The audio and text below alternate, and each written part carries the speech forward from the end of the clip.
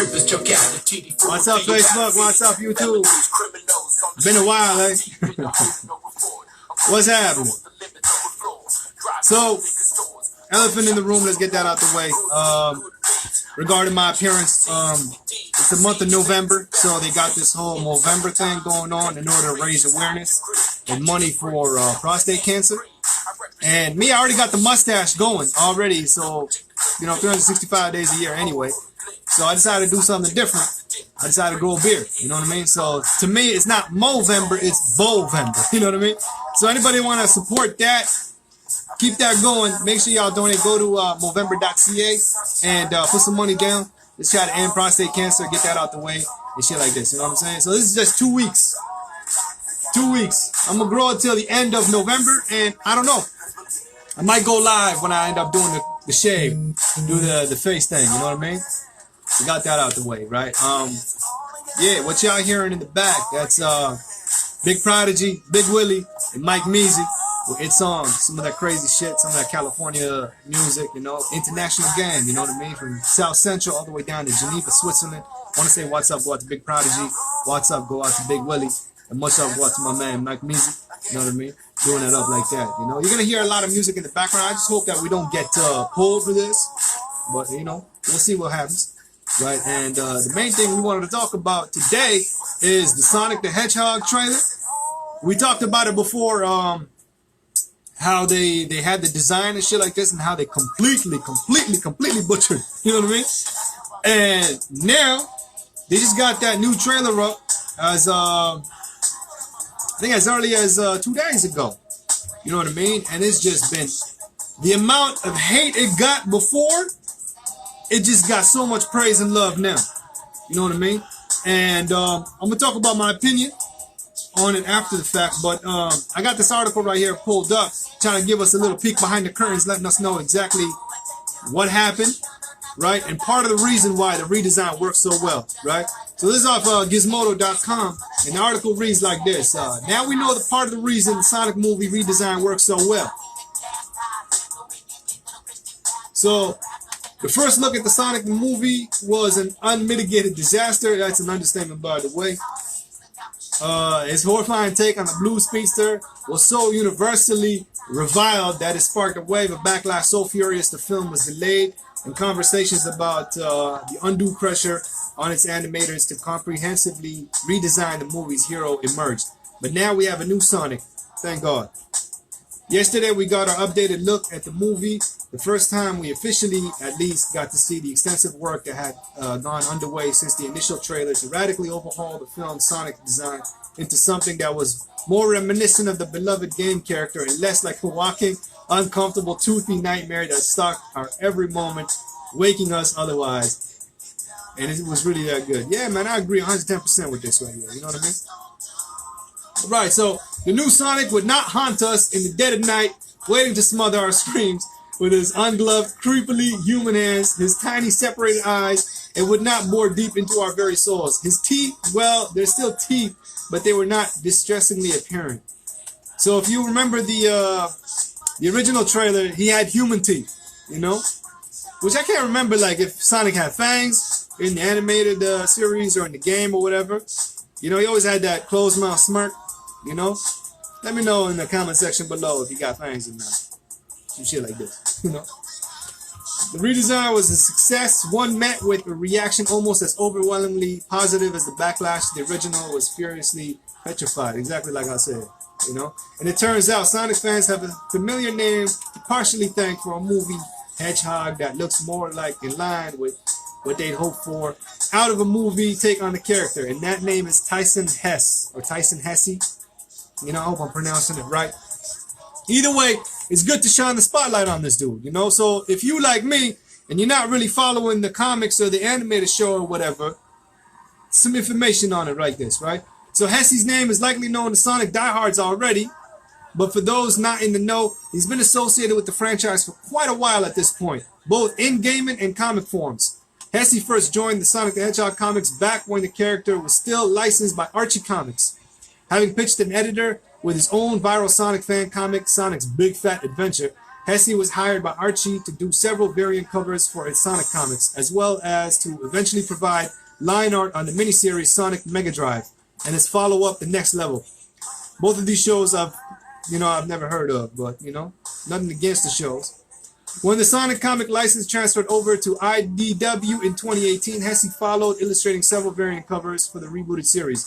See, none of this shit I was following, But something interesting is he did the animation for Sonic Mania, and I did catch that. So that to me was familiar, right? So apparently he was working with the studio in order to get the whole redesign going. You know what I mean? So in the wake of the reaction of yesterday's trailer, the artist took to social media to confirm that he'd been brought in to lead the efforts to overhaul the film's Sonic design. So this is his tweet right here. Honored to have been brought to lead the design on the new movie Sonic, working with Jeff and the modelers, riggers, texture, fur artists, and animators in LA, London, and Vancouver was a thrill I'll never forget. Crazy. Yeah, so I guess we have him to thank. But overall, above anybody else, man, we got to thank the studio. We got to thank, the director, the writers, and everything else, willing to actually hit pause on the release and wait for it to drop correctly in the right manner. They actually listen to the fan base, which is very, very rare in this day and age. You know what I mean? In this day and age, it's like, hey, we did it. You don't like it, F off. You know what I mean? That's the attitude today. But, it's actually refreshing to see these people listening to the fans, listening to the audience and shit like this. It's guaranteed, man, if they were to stick with that design, that movie would have bombed. That movie would have bombed heavy. And it was already a joke in the industry in terms of because it kind of were about to drop in the same time as Detective Pikachu. And some of the designers or writers or whatever, some people involved in Detective Pikachu were actually approached to be involved in the Sonic movie. And they passed it up because they were already looking to do the Pikachu thing. And after the trailer dropped and everybody was hating on it, they kind of put out a tweet talking about, thank God, bullet dodged and all this nonsense and shit like this. They're actually poking fun at the movie, which is sad. Me growing up, I was always a Sega Genesis kid, Genesis does what Nintendo don't to this day. Blast processing, all that shit. Don't ask me what blast processing is, because God knows Sonic, Sega themselves don't even know what blast processing is. You know what I'm saying? But hey, blast processing, 16-bit era, we had that, and that's what it's all about, right? But, again, shout out to Paramount for listening to the audience, listening to the fans, and guaranteed now, they're going to make that bank, man. They have me, they got me. And if you remember in the trailer, I said, one thing I dug with the trailer was the fact that they used Gangsta Paradise. I'm a West Coast fan all day. I'm a sucker for that shit. And so seeing Coolio and LV get paid for that, it's all love. I'm hoping to God that they still getting royalties off that shit. You know what I mean? Because I know Tommy Boy's horrendous with that shit. You know what I mean? So I'm hoping that they've seen some money. But now with this one right here, they still kept it with the coast.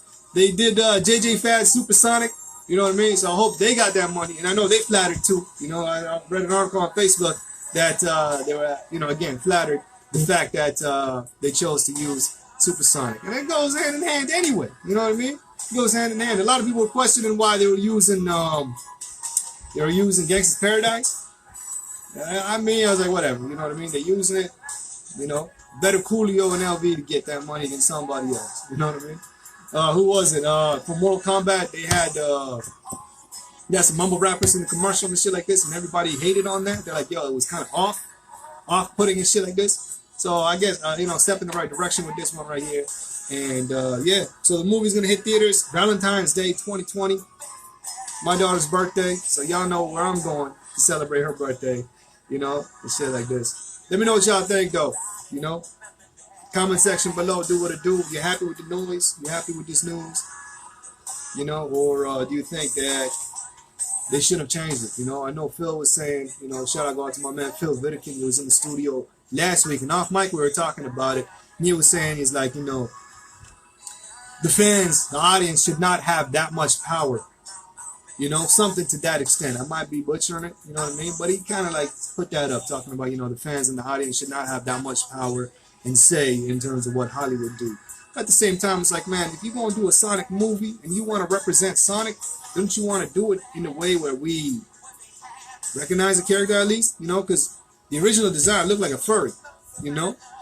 To me, it looked like a furry. It looked like a dude trying to dress up like Sonic and do it up like that. The hyper-realistic furries or whatever they call them. Or, I don't know. That's what it is. The banner for this, if y'all don't know, the banner for this video has got the Sonic side by sides. You know what I mean? The before and the after. You know? Shit like this. I'm just glad that they did it up in the Sonic that we know and love. And shit like this. And I hope to God that this movie make bank. So, as fans, as an audience, everybody that complained, it's your civic duty now to go to the movie theater, put that money down, show the audience, show the fans in the studios and everybody else that, you know, because they listen to us, that's their reward right there, you know what I mean? And maybe it'll push other studios to take notice. Maybe it'll get other studios to be like, you know what?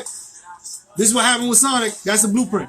This is what happened with Sonic, and everybody still did it up because the studio listened to them. Instead of this nonsense where we're going to harass the fans, we're going to get at the fans, call them all these names, disrespect the fans, you know what I mean? And just divide the audience like that. Why you want to do that?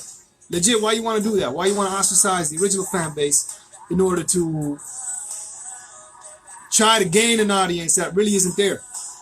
Really is not there. Numbers don't lie. Facts don't lie. Money speaks volumes, you know? And people literally are voting with their wallets nowadays, you know what I mean? So if they mess with you, they're putting that money down. If they don't, you're not going to see that income, even with the merchandise and shit, you know what I mean?